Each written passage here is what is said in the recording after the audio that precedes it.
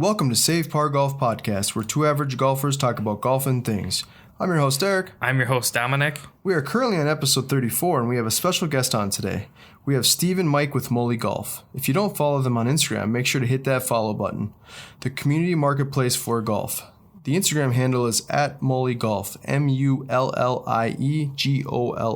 We are live from the Save Par Golf headquarters, and you guys are live from Augusta National, right?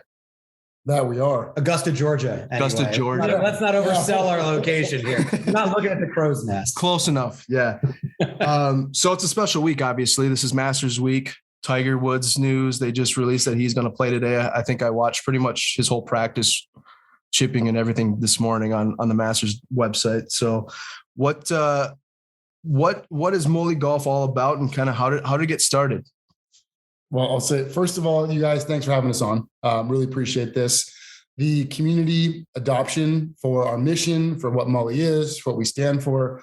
It's been quite overwhelming in a good way. And we're very grateful that the community has adopted us as one of their own. And everyone's been asking us to come on their podcast. And Derek, I love you. And we've connected through our Instagram many times. So just really appreciate you having us on, letting us tell our story. So with that said, I guess I'll kick it off and I'll hand it to you. We'll ping pong. Roll on. We'll ping pong it up. That sounds good. I like I it. actually my ponger. You know what's funny? I always thought I was good at ping pong, and I realized I actually suck at ping pong because there are people out there that are like really good at ping pong. So yeah, you think you're good until you actually see those like crazy serves or like the returns. Yeah, it's either you're really good or you're just ass. No, I'm actually okay, but not like I'm. Yeah, I'm okay. And then there's people that are like really good, like they do like the hop serve. Anyway, sorry. Okay, so MULLIE Golf. So we are we always explain this differently, but like for me, in my mind, in my heart, and my soul, MULLIE is what I call a social commerce experience. It is a way for the golf community, whether you're a everyday seller or golfer like you and me, whether you're a store, whether you're a brand, startup company, doesn't matter. If you are trying to buy, sell, discover, or connect with other members in the community, MULLIE is your place. It stemmed from a need from at least from my standpoint. I know Steve and I agree on this, but like for me, I was buying and selling like all the time. Golf clubs, new or old, new or used, putters, wedges, shirts. I was literally scavenging. A scavenger hunt on the internet, trying to find the cool stuff. And then obviously when I was buying everything, I had to sell my old stuff, not just let it accumulate in my garage. So next thing you know, I'm selling probably one summer $10,000 worth of product, drivers, wedges, putters, and they all sold in like a month. And I looked at my bill, the eBay, whatever the invoice they sent me, and I'm like, I just paid them $1,000. Like, what? Because 10%. Yeah, 10%. 12 and a half now. Now it's they moved it. Yeah. So I think, and this kind of goes into the whole story of Augusta too, but I will just say, I'll hand it off to my partner in crime here. I was like, this has got to be a better way. There's got to be a better way for the golf community, because eBay, and all due respect to eBay, even though I fucking hate them, sorry, language, but like, you're fine. Be like, come on, like I sold everything in a matter of minutes or days. And your site, which was programmed and established in the late 90s or 90s, whatever the tech like AOL dial-up internet started, that was for my grandma's knickknacks, my garage sale hand-me-downs, my sweaters with holes in it. It's not for $400 drivers and limited edition Scotty Camerons, not the purpose. So, and you know, Steve and I were on this vacation, which we'll talk about later. And he was like, dude, and Steve's his background is in technology and building massive enterprise level software. And he's like, dude, there's gotta be a better way. And then I looked, I was like, there's not. There's either you got for the forums and we all know that experience is just not user friendly. We'll leave it at that. And we put our heads together, and that was kind of like the kernel of MULLIE, just a better way for the golf community. And, you know, furthermore, at the time, this was probably about like 2-3 years ago, 2-3 years ago, we were in a world that was evolving on the commerce side. I'll reference two companies I look up to, Grey Old and Poshmark. Poshmark is like the real grandfather of social commerce. They took female fashion And they were the first ones to take a lot of that buying and selling audience off of eBay and really put them on their own platform. And the connectivity, that literally the connectivity of Poshmark, the ability to like upload your own closet. People can comment on it, like Instagram, comment on it, share with friends, tag people's handles. They basically took Instagram and eBay and smashed it. Smash them together. And at the time, one of my friends was like she was really big on it. Like what do they call it? Like a posher. And she told me all about it. Seller kind of. Yeah. And so like when this was like right around that same time. So like call it like a beautiful storm. The perfect moment was like, wow. And we talked about it and he was like, dude, we should really do this. So that was a really long-winded way of saying kind of how we got here and what we're doing. I will say, I kind of told this before.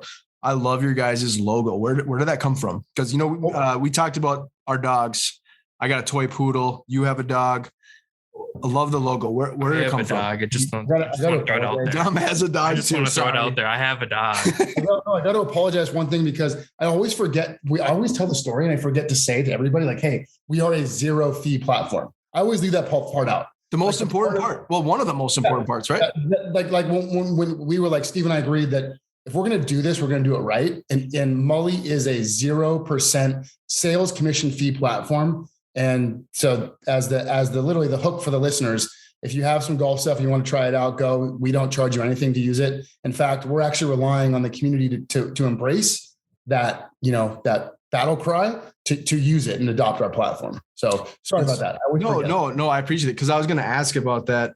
And like Steve, before you kind of want to talk a little bit, I was going to say to piggyback that, with like those eBay fees, for example, I've sold stuff on eBay too. And I mean, so many times you kind of get, like you said, you realize you sold $10,000. I mean, that's a lot of merchandise, but even like $300 or $400 worth, and all of a sudden they hit you with like a fee, like after the fact, and you don't, it's with MULLIE, there's no fees. You don't have to worry about any of that on the backside or on the up. You know what I mean? So I think that's awesome. And the other thing, like with Safe Park Golf, is we've preached this before, but we're all about growing the game. And I think once more people just kind of get the visuals of what MULLIE's background is, what they do, I think so many people that are selling clubs and equipment on eBay will want to switch because, like you said, it's beneficial for both the buyer and the seller.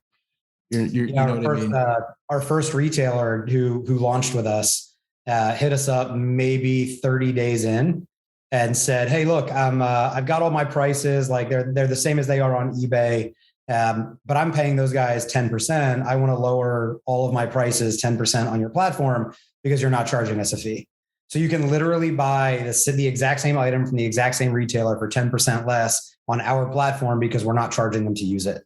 We're just amassing the audience and letting folks come in and run their business. And I think in our minds, it's part like land grab. We want to get all of the golfers on the platform and be a part of golf culture. I think that's a big piece of it. But I think there's something that's near and dear to Mike's heart and to my heart, which is golf is already expensive and hard to approach. If we can knock off 10% by putting up a platform and, not being the greedy middleman and just giving the power back to the golfer, I know we put our money where our mouth is. We've done it. It's out there for use. Do you sell, can they list both new and used equipment? And like, what kind of equipment is it? It's shoes, polos, anything, correct? Anything shy of tee times, they can put up there. So yeah, apparel, gear, apparel, electronics, any equipment, memorabilia, there's room for all of that up there. Very cool. New and used, yeah. Oh yeah. What was that? New and used. Yeah. New and used. Okay. And then like you had mentioned before, like you said, you had a golf company that's literally paying 10%. I mean, if they're selling a lot on eBay and they switch over to MULLIE, that's a lot of money that's saved in their pocket. But again, it benefits both parties, which is said, I think it just kind of comes down to making sure we get people in the golf community to understand what MULLIE Golf is, which is why we're here talking about it. So, and Mike, like I said, I love talking to you too, man. We've kind of went way back. We've talked several times and, over the last few years. So it's awesome talking to you. Like I said, we'll have to definitely connect and play a round of golf down the road. That's for sure. But what's funny? I'll just say on that note, like for anyone out there listening, that's thinking of starting a company or like has an entrepreneurial bug or wants to get out there, Instagram and social media, as much as it may be a headache sometimes and a little bit frustrating or stressful, it's such a great way to start, and that's how we connected. Like, Yep. When I remember we had the idea for MULLIE, we're like, what are you going to do? What are we going to do? And like, I think you went to work right away on the tech side, and I was like, well, I'm the marketing brain. Like, what am I? I just started the Instagram. And before you know it, just like I produce content as a golfer and a lover of the game. I just produced content that I wanted to produce. It was, whether it was meme funny, whether it was old nostalgia of like the 975D drivers from Titleist back in the day that I gamed as a kid. Like we just started. And like my advice is like, and that's how we met, like just start. There's so much magic in starting. And would I have ever in my wildest dreams imagined that we'd get here today? I mean, probably, but yes. Yeah, the answer is yes, but maybe soon, maybe not as soon as. Yeah, you can't like now. It's not like a connect the dots. You just got to go and just go. So Instagram has made it. It's a huge business platform or tool for, like you said, like entrepreneurs, whatever you're trying to start up. I mean, me and Don met in college, and same thing. We have 100,000 followers. We're hosting our first annual tournament in June. We have a podcast, and we've had some pretty cool guests on. And it's kind of same thing. It's like from having 200 or 300 followers to now having all these different relationships with people all over the world. Really, we had an episode last week with MULLIE Golf, and they're out in Germany. So it's just kind of cool to really talk to people and how tight knit the golf community really is. And so that's probably my favorite part, is honestly, like I said, the relationships of learning and helping people grow. And so, no, I think you guys are doing an awesome thing. I think eBay has got such a big chunk of every piece of the industry. And I think once, like you said, this golf community is so tight knit that I think MULLIE's going to, you guys already are doing really well for yourselves anyway, as far as, your Instagram account's got over 20,000 followers. You guys have put out awesome content. So I think you said it's just a matter of time. So I just want to say, keep up the great work. And like I said, I know, Steve, if you want to add to it, me and Mike are kind of similar. I think we both are all about that. We talk like I sometimes just don't shut up. So you want to give your take on what MULLIE is? We'd love to hear it. Yeah, I think Mike hit the nail on the head. So the whole social commerce thing, the commerce is there's obviously a business case there. I think for if you build it, they will come. Kind of an activity. There's great value in it if you're a buyer or if you're a seller. But I actually think our best is yet to come. That's our opening salvo, is come in, fee free, engage with the community in a new and authentic way, a modern way, if you will, because I don't think that exists anywhere else right now. But the stuff we have coming, golf means so much to me. Has such a profound place in my life for who I am as a human being. I really hope we're able to bring people together to pass that good on. My friends are all golfers. My family is into golfers. I've got a kid now, like he's interested in golf. To me, it's such a cool thing. So if we can connect people here as we start to roll out some of these other features in the next few months, I think that to me is going to be the real power of MULLIE. And Mike said perfect storm earlier. I really just think that's right. With, sort of pre-pandemic, golf was kind of in a lull, and all of a sudden the pandemic hits and it explodes. And, now all the celebrities and musicians of the world are picking it up, and it's becoming like this sort of, it's in the zeitgeist, right? It's part of this whole pop culture, thread that is moving throughout right now. So as the Uber driver, as a matter of fact, who picked me up from the airport to take me over to where I met Mike, was telling me how he wanted to get into golf. And I'm just like, that's like 25-year-old kid, never picked up a golf club in his life, like downtown Atlanta. He's like, yeah, man, golf is, I'm seeing it everywhere. Like, I really want to get into it. And I was like, look, man, I hope you do. He's like, people seem so passionate about it. Like, I should try it. I'm like, yeah, you should try it. Check out this community. I think there's going to be a lot more of that coming up. And to me, I think that's MULLIE's real promise, is how we're going to connect up golfers through the love of all of this gear and, the apparel and all the cool stuff that's coming out, like that whole pop culture sport engagement. There's no more community driven, I guess, I don't even know what you would say, community driven audience than golfers. I just don't see it. No, I agree with you. To piggyback off that, because he said something really genius. It's like, you said this like last week. It's like that if we looked at the skateboarding culture, like skateboarding was like the most really weird, like outlandish activity anyone ever do. And then like the 90s was like cool. And once it became cool, pop culture and culture just latched on. And next thing you know, everyone's skateboarding, the shoes adopted skateboarding, clothing was skateboarding. Now everybody pays $1,000 for SB dunks, no matter what they look like. It's crazy. We heard someone just talk about that and use that same reference, the 90s skateboarding, which it's so similar. That's what it was, man. Like if you're anything like me, like I was on the junior high school golf team, getting clowned at. Like literally, I was laughed at. Oh yeah, golf nerd. Yeah. Oh yeah. Drake's got a golf line. Yeah, exactly. He's got a golf line now, right? So that's it, right? Like when I grew up, it was really weird. Now, like some of my friends, older friends, or kids are like hitting me up, like, "Hey man, like, yo, Mullie's so cool. Like, can I get involved?" I'm like, wait. You want to be involved with golf? You're 15 years old. What are you doing? Like, oh, like it's cool now. Like golf is cool. I had met the second week Mullie went live. I sold so Scotty Cameron sells these little like putting aids. You know, they're like the little gates or whatever that you can run your putter through. Yep. And some kid buys my gates, and like an asshole, I forgot to ship them. I told him, I was like, hey, I'm going to ship these things. Don't worry about it. I'm in the DC area. I'm in Maryland. He's just south of me in Virginia, literally 15 miles away. And I was like, you know what? I'm actually going to run them down to you. And so I ran him down, put him in his mailbox. You know, he wound up being home. We met for a few minutes. This kid's like 16 years old. He's like, me and all of my friends, all we do all day is look at all the stuff that comes up on Mullie. And I'm like, you're a teenager. Like, that's insane that you're doing that. He's like, we spend hours a day on Mullie. I'm like, that's not possible. And then I look at our metrics and I'm like, no. People spend literally an hour at a time on Mullie. Yeah. Yeah. What's that stigma, right? That like that barrier is being broken right now with the new like Jordan golf shoes. Mm-hmm. I mean, so many sneakerheads out there. Dom's a big sneakerhead. I'm a big sneakerhead, but like you said, Drake's got his own golf line. Macklemore, you know, he's got Bogey Bros. No, I mean, like Bogey Boys. Sorry, correction. Get it right. Yeah. But Dynamite popping, Dom. Dynamite popping, Dom.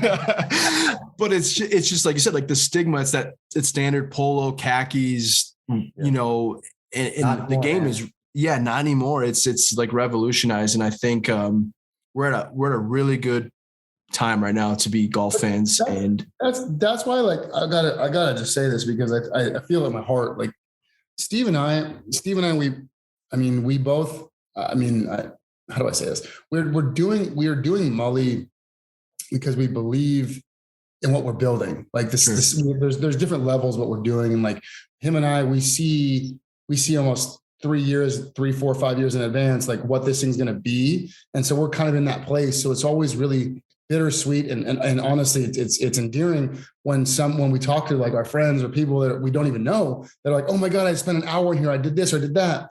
Because it brings us down to like our core reason of why we're doing this. Like our why really is to I hate the term grow the game. We have to figure out what we're gonna say, but like to embrace golf's good, to embrace spread golf's good. Yeah. Like we both found the game in our own emotional. My parents divorced and my dad, and you were going through a rough time in your life as a kid. Like we both found the game and the good it brought us individually, which is another episode altogether. Like we really do want to spread that. And I think just the message, just like that we are not charging you to use this. Like, please just use it. We are not making money from you. And in fact, we're almost like we're losing money from even having this, but we are, it's true. It's true. We are doing this to spread golf's good. We're putting our money where our mouth is. And I really feel like that message, like that, like golfers get it. They're like, oh my God, like these guys are like in. And that's we want to. I'll say selfishly, like maybe there's a legacy thing for us and Mullie to see this go down in history to be something. But outside of that, man, like I was just being honest, like we really just want to help spread the good of the game because we see the game growing.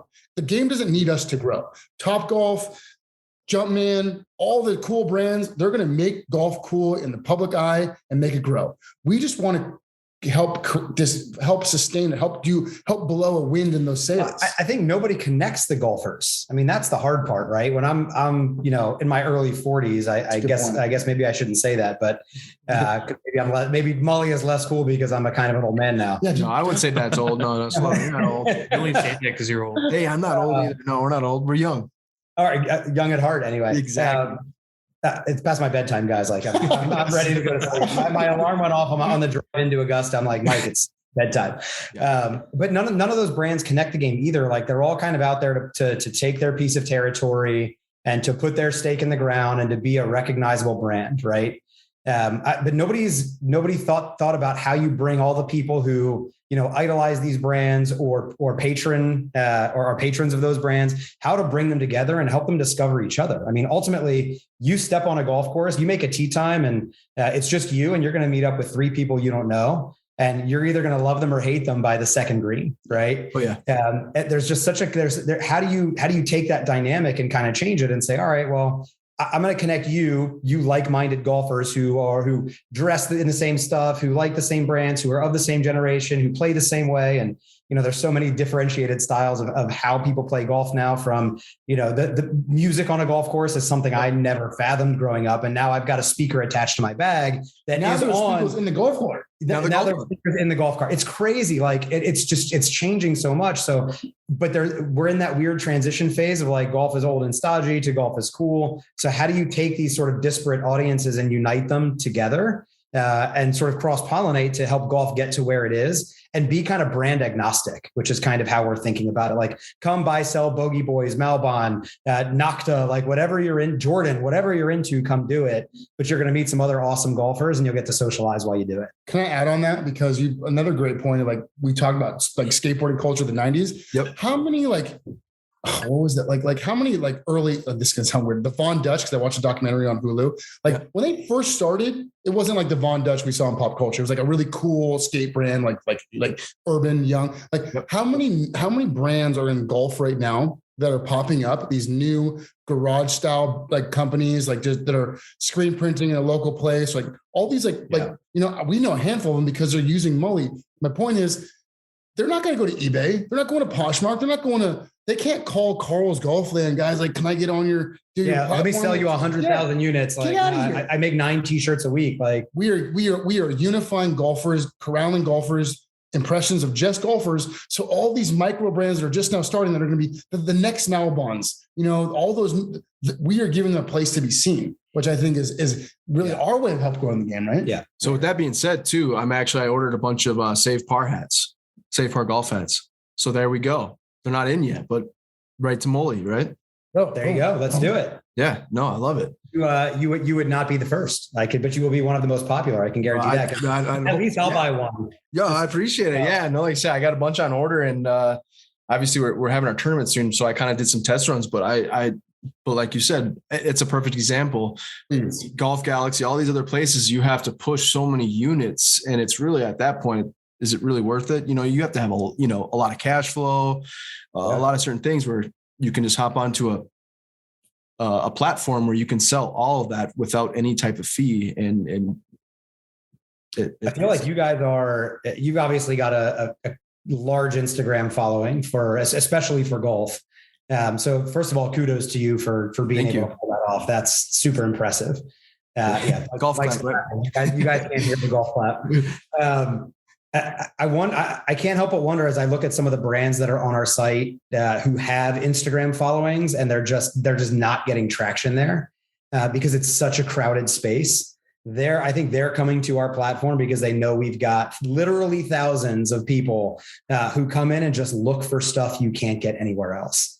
Even Mullie, like we were kind of late to the Instagram game. 2019, 2018, whatever, we started our page. Like Kim Kardashian had 80 million followers at that point. I don't know what it is, but the ability to come to a place with a focused audience and be able and not be competing with, whatever Instagram is throwing at you for whatever clothing you once looked at or whatever else. Like you can be discovered on Mullie. You can engage with a real golf focused audience on Mullie.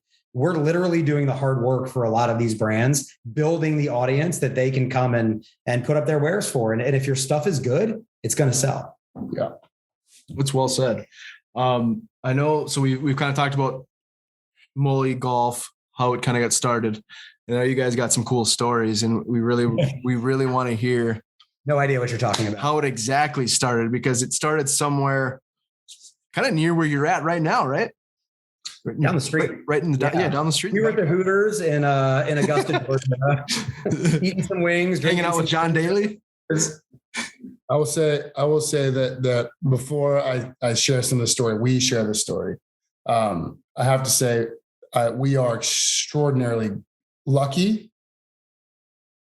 Lucky is a great word. It's lucky. Yeah, just humble, grateful. So I'll say that. So I always say I won the best friend lottery, even though you're like more like a cousin. You're fine. Friend. We're good. Like, it's okay. No, I'm not at all. I won the best. Those aren't my tears. You're seeing on so video. when we were kids, like I was a kid, like AYSO soccer, Little League, all that stuff, right? So there was a buddy of mine who will remain nameless just for the sake of anonymity protection, where we grew up together and we played high school golf against each other, played all the sports, went to college, still remained really close friends, despite kind of going to opposite coasts, came back.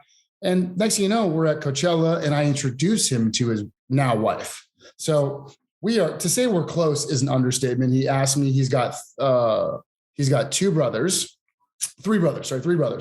And he asked all of his brothers to be the best men at his wedding and me. So I was like the non-blood brother. That was his brother. Yeah. So, and then so he's like, hey man, like they're all kind of younger. Would you mind? And you have experience, plan a trip. I'm thinking I'd like to go to like Savannah, Georgia. We'll go to like South Carolina and we'll play like coastal golf. It'll be fun. Harbor Town, awesome. Harbor Town, course, by the way. Yeah. Because So we're all like golfers, right? Sure. And I'm like, yeah, dude, no problem. Great. And he goes, hey, by the way, do me a favor. And I go, yeah, anything. And he said, hey, just leave the back 3 days of the trip open. I'm like, wait, like, what do you mean open? Like, do I get a flight? No, just trust me and just trust me. I'm like, okay, Lynn, what is name? No name. I was like, okay. Edit that in post. Cut that out. Yeah, I don't know how to do that. Sorry. I was like, sure, bro, like fine. So we all go, and there's probably 15, 16 of us right at this house. So it's a big party though. Oh, big. Yeah, it's big. These guys are animals. Animals. I can't. Yeah. You were like the big brother. I think I was the old man, of course, because I'm the old man. I literally think the Bachelor threw up in his own bed and was so drunk he managed to change his own sheets. Oh my God. Remember that?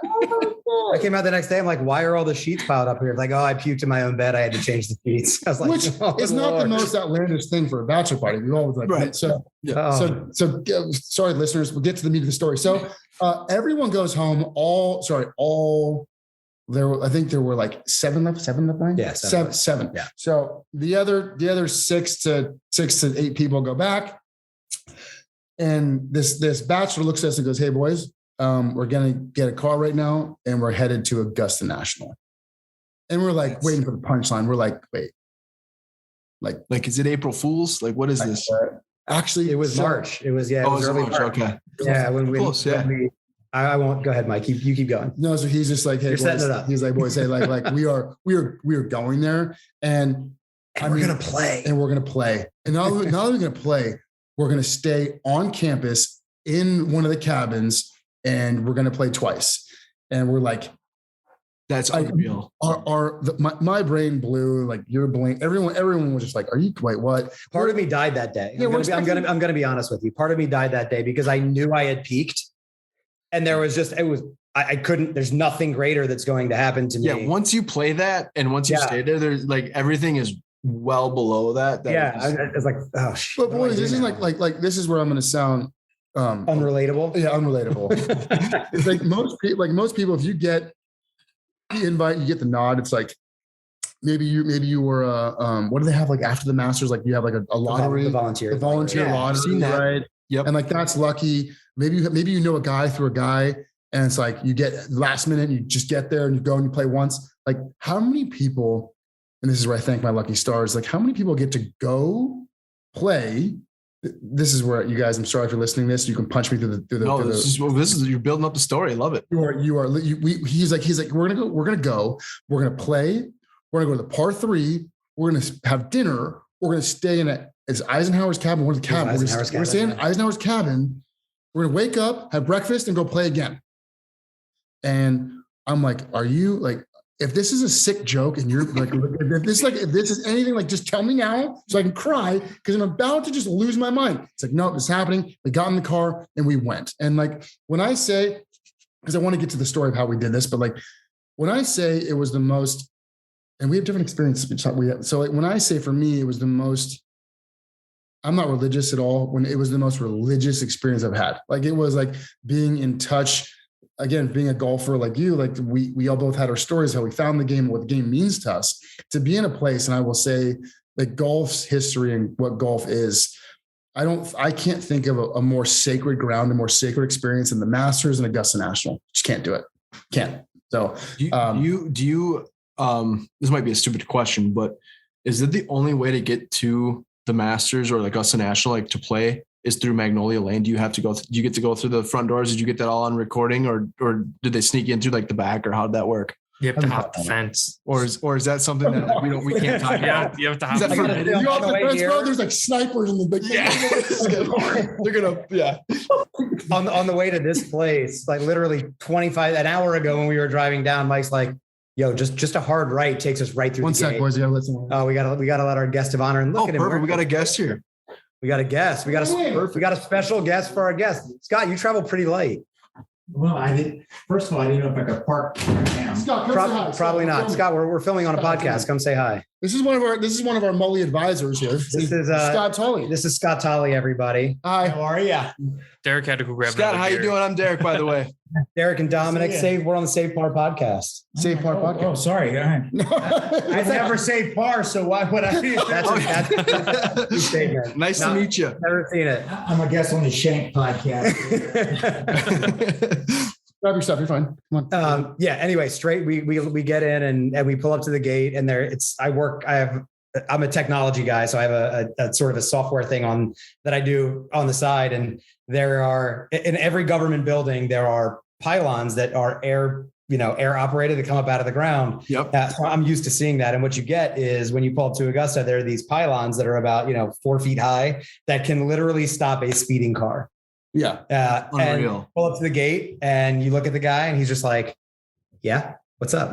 Who are you? And why are you here? And no, you can't just drive on the grounds and take a picture. And, we give the name and everything's good. And all of a sudden down come the pylons. And it's like, I never knew that. We're hanging out of the car, like cameras, like, holy shit, full video. It's great. There's more security at Augusta National than there is at Disneyland, Magic Mountain, and like SeaWorld. Then there is at the FBI headquarters. Oh, it is Combined. It's All of them crazy. combined. it's such an experience. So on that note, like we get in and it's almost like going like the Louvre or like some like sacred museum. Like it's actually a museum. Like there's just It's a history living museum. everywhere. Yeah. But like even walking like can I step on the grass? Yeah, to putting green. Go putt. You can putt there. So it's just it literally is insane. And what you see on TV doesn't do any justice. You've heard that, but like it's the greens are greener, the hills are bigger, and the smells and the birds. And by the way, when we were there, which was probably a few weeks, maybe a month It was before the 3 Masters, weeks before the Masters. Yeah. it's still the same thing. And it's Stands were up, it's the same. scoreboards were up. Like we got the full Masters treatment minus the crowds. Yeah. Do they allow you to bring your phone and take pictures while you're playing, or is that something They forbidden? did not. What we were told, I don't even know how much we should really talk about this. No, yeah. What we were told was Sniper. no phones. Man down. I was talking shooting him. I wasn't kidding about the NDA. yeah. What we were told was, and this was in 2018, Yeah. I think, is bring a camera, like a point and shoot camera. Yeah. I don't know if anybody at Augusta National has ever gotten the memo. The iPhone was invented in 2007. It has a camera on it. I don't know 11 years later anybody who had a digital camera that they could bring, but we dug them up. You unearth them out of whatever bin you store your electronics in, and you hand it off to. What is this? Oh no! Wait, Jeff. Is that pimento cheese? The pimento cheese. They have pimento cheese sandwiches from Augusta you're National pretty on the Smells podcast. ice cream. This is the closest we're going to get to Augusta National at least anytime soon. So Scott, can I say you handle the caddies and cut him out later. Can I say? Oh no, you do whatever you want. You're fine. You hand the cameras to the caddies, and the caddies are professional photographers. So they take your camera. Yeah, there we go. Yeah, caddies. It's not, you don't hoof it at Augusta National like carrying your own bag. Come on, man. That's the most unrelatable thing I've ever said. Oh, somebody sniper right here. And they're professional photographers. Stand here, a little bit to the right, a little bit to the left. No, this is the shot you want. Like stand on the crest of the. It's crazy. So not only do they know how to read the greens, they know how to make sure to get your perfect shot. Boys, I got the rule of third. apologize for that interruption because Scott, who is an advisor to Mullie, he's actually This says sell by 4-6, Mike. He has done yesterday. He has done. I'll just say he's done work with a Masters champion who's won 6 jackets. Well, hold on, we're gonna split these. I think that narrows it down. That's how we know Scott. And Scott is soggy, man. My brain is just I can't even think. Let's read first. This is I don't even. so. How is a pimento cheese sandwich? Because Oh man, Haven't done it yet. that's a good question. Actually, do they offer the same menu when you're just playing it? Is that or is that just during the Masters? When you're playing it, you can order anything you want. Yeah. Anything. They have a menu, but if you're a member, I kind of got the sense like we went in for lunch. They're like, there isn't really a menu. Just ask for what you'd like.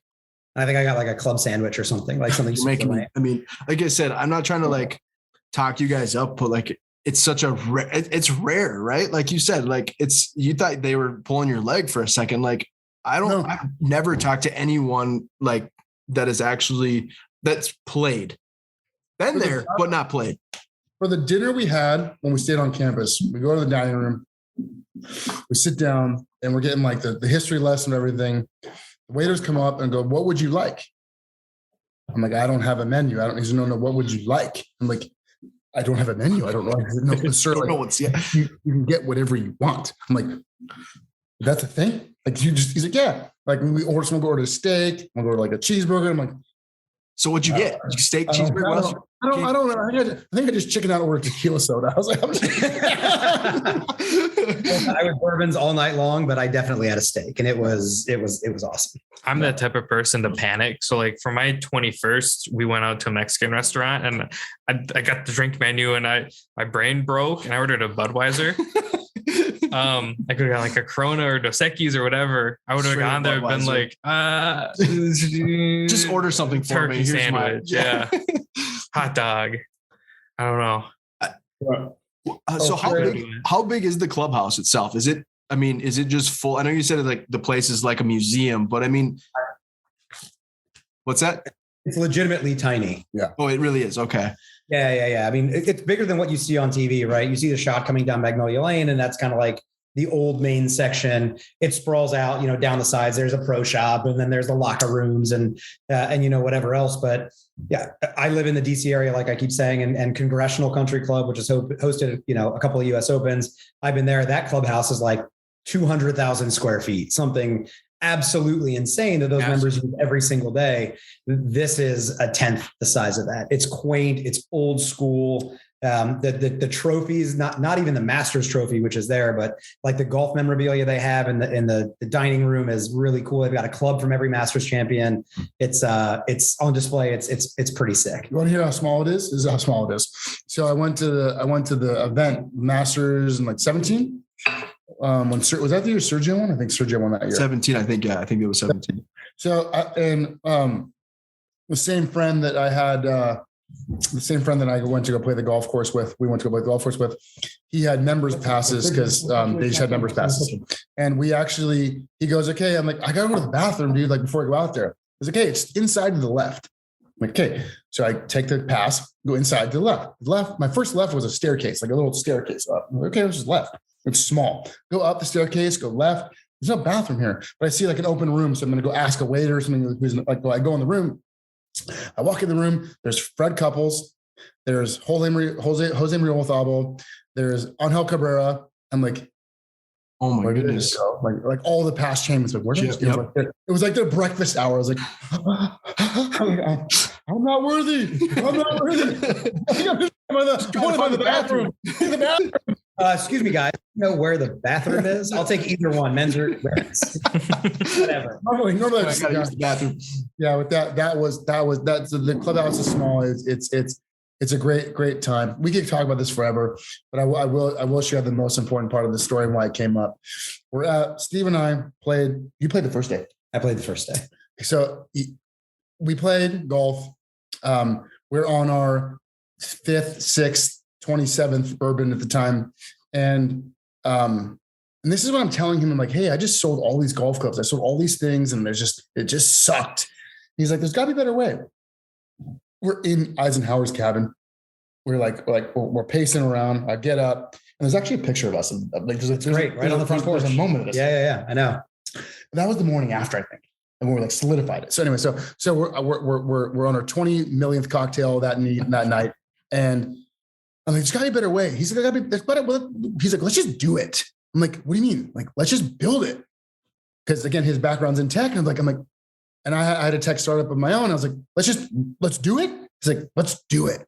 And like, you've been out with your boys and or the girls and you've been out that night and it's like, yeah, everything's a good idea. Yeah. Yeah. We've all been there. The best idea. Yeah. The best idea of all time. Yeah. Let's take down eBay. We can do it. Yeah. So we go to bed. We're like, yeah, okay. And I think we just passed out, right? Go to our rooms and like without hesitation, I say, have you ever seen Step Brothers? Oh yeah. Class. We just be best friends. Yep. Like we literally walk out of our rooms, meet in the common area. We're like, hey, he's like, hey, are we doing this? We're doing it. Yep. And I was like, literally, and like, do we just create a business? Yep. Yep. And MULLIE was birthed at Augusta National. We play golf there. We've been patrons there.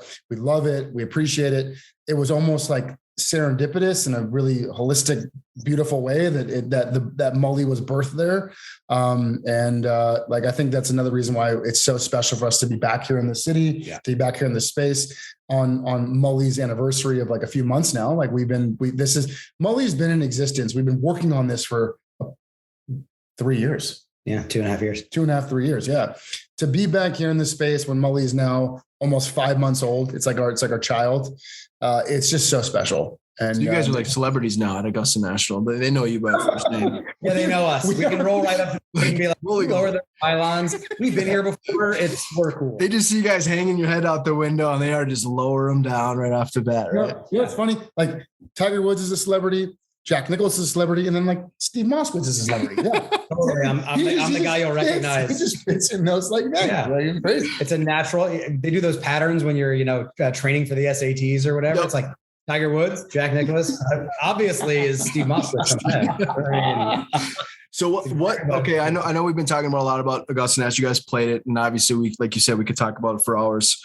What was one thing that you really enjoyed, or something that maybe you took from playing the course itself? I mean, maybe like obviously 95% of people probably are never going to play it. What's something that you could? 5% of the people in the world get to play Augusta. That's incredible. Good for them. Yeah, and two of them we're talking to.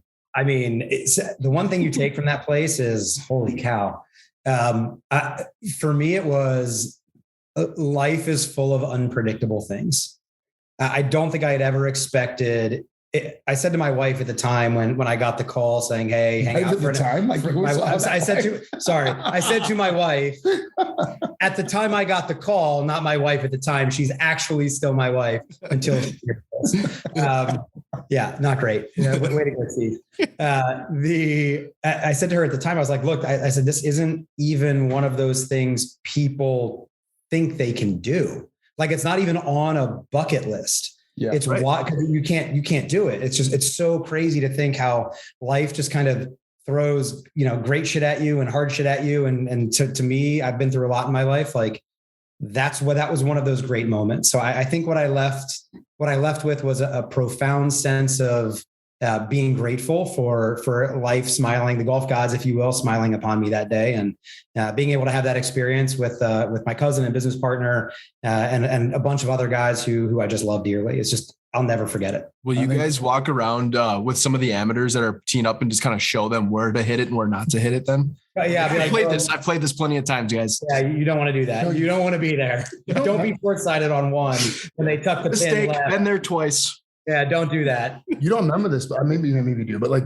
when we had lunch before we played that day, there was Patrick Kentley. I do remember. Like he was there, and then he was grinding. Was Brendan Steele that was there too. Yeah, right. Brendan Steele was there. But I will say to Steve's point about what it meant to him. To me, it's a reminder. I've got two people looking at me right now. The pressure's on. Pressure's on. There's like an Augusta National like spy. Let's get sniped right here. I will say that like there's so much magic in the world. Like would I've ever in my wildest dreams thought I'd be able to play it, have a business formulate there, to be back here. No, you don't. And I think that magic exists in the rarest forms in the weirdest places. And if you're just present to the life, like the world and life you live, it doesn't have to be Augusta National. Everyone has an Augusta National moment. Everyone has a Masters moment or whatever it may be. Magic exists all around us, and you just got to be present to it. And I think I'm so lucky, just so lucky to be in Augusta, to have had that experience, to have this experience with you, and to be here now. Yeah. I'll speak for myself. I'm always so caught at looking forward. Like, what do I want to do or what don't I have?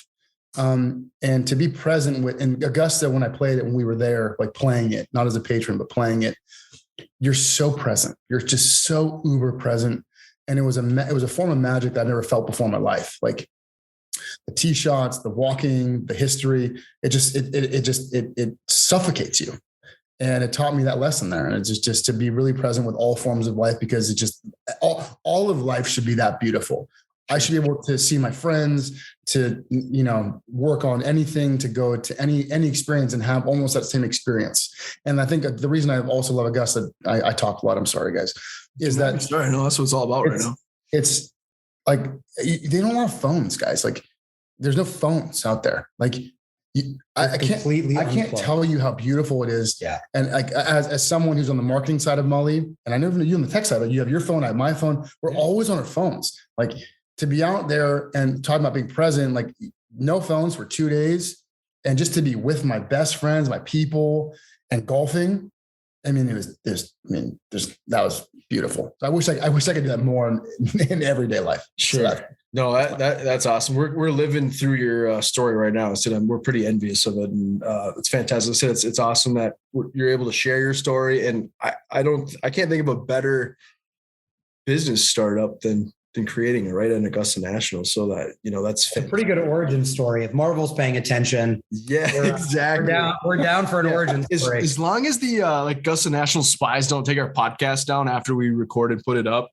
Then I don't think we disclosed anything that we shouldn't have disclosed, although we were strictly prohibited from posting pictures on Instagram. We were told explicitly don't do it. Dom did have a question about just past Masters tournaments before we kind of wrap it up. Yeah, I haven't said much just because I'm like taking it all in. Yeah, like there's just a lot and my head hurts because you guys just keep talking.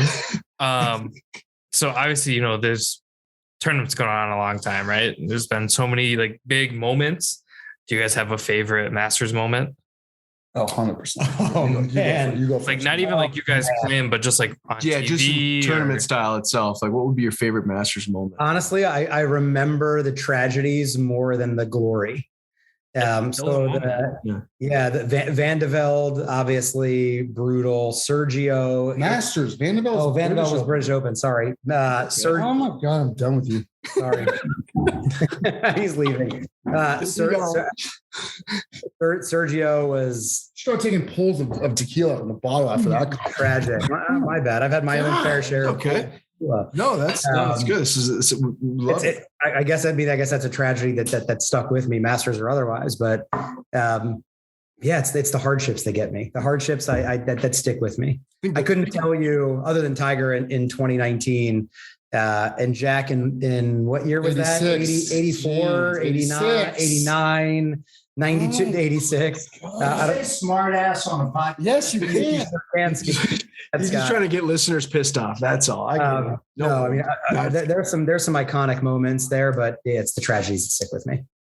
Mike, what about you? Can we edit that whole He's part pretty out? fired up right now. Yeah, we I'm fired. I'm sorry. fired. I apologize. I'm fired. We finished a half a liter of tequila. No, we during this didn't. No, podcast. we didn't. Okay, look, I'm going to say aside from the obvious 19 mass, like the 2019. Yep.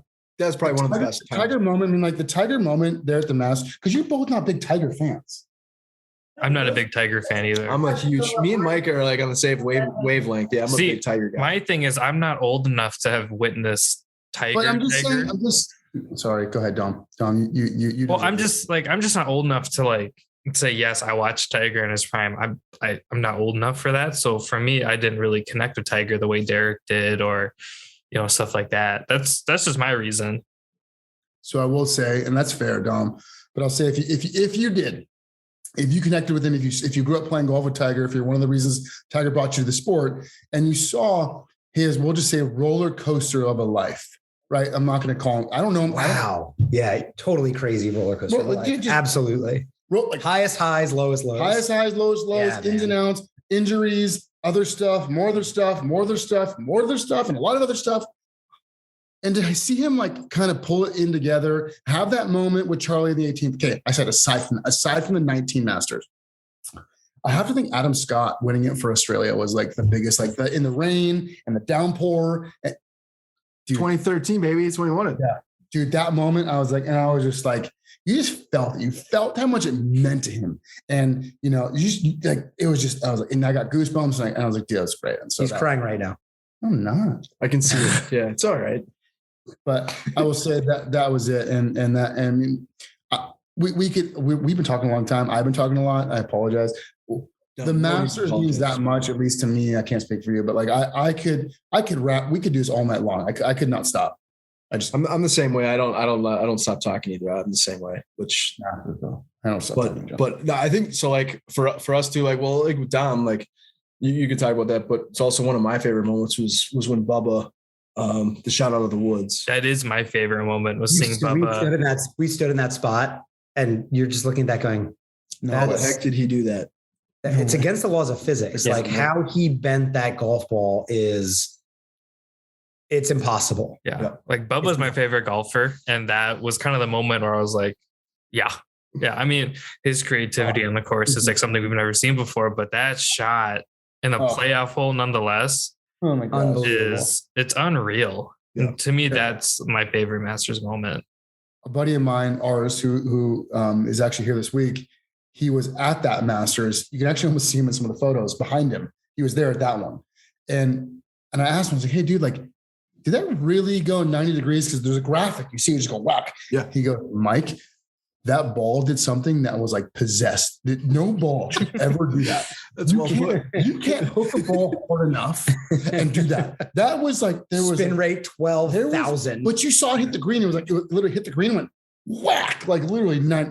What did he use? Was it like a 58 degree or 52 degree? Yeah, 52 degree wedge. But it's like all these pictures, like you said, had the it was like, did someone somebody made this up? There's no way That's how I know I suck at golf. I don't think I could hook a wedge trying. I'm going to try to actually go through the 84,000 trees and just go right for the flag stick. You've never seen me hit my driver then, because that thing is dead right. Yeah. You know what's funny on that note is that we have a buddy of ours who we work with here, who used to work with Bubba. Like Bubba and him were really tight. They still might be tight. I don't know. But he said that this was back like when Bubba was with Travis Matthew, like a long time ago. Mm-hmm. He said Bubba would go out and just hit wedges and he would get bored playing normal golf. He actually, if he had hit a straight shot, he can't do it. He purposely tried to cut, flip hook, spin everything because in his brain, it made it more exciting. This was my friend's words. So it's not surprising. I think Ted Scott said recently somewhere that like he knew Bubba could hit that because of how like wild of a golfer he was, like on purpose. And he was right. And I could be completely wrong, but for the most part, wasn't he self-taught? Yeah. Like I mean, like for the most part, yeah. And like, so the course kind of sets up because he can. There's no hope for me. What's that? Mike goes, oh, there's some hope for you. Yeah. Yeah, in 8 years, I'll make the seniors tour. There you go. No, it's been a pleasure, guys. I really appreciate you guys. I know it's probably a little later over there. What are you gonna grab tomorrow? Are you guys gonna make like a run at the pro shop, or are you guys gonna load up on food? And because it's literally like $2 for pretty much anything out there as far as food and drinks. My first question is, what do you guys want us to get you? A hat. Oh, really? I'll Venmo you whatever. If you get like hold on, Derek, hold on. Dom, Let Dom speak. You've got that luscious mane. Like, are you a dad hat, trucker hat? Luscious. What are you? Dude, there's a lot of this. There's a lot of beard and hair going on there. There's a lot. Yeah, You it's gotta really put a nice. ponytail back through. I don't like do that. No. I just let it go. But he rocks the hat though pretty good though. It's cold 8 months out of the year here. Okay. Yeah, we've been. Okay. It snowed today. Warm. Yeah, like you can tie it. It snowed today. It's April. What kind of hat?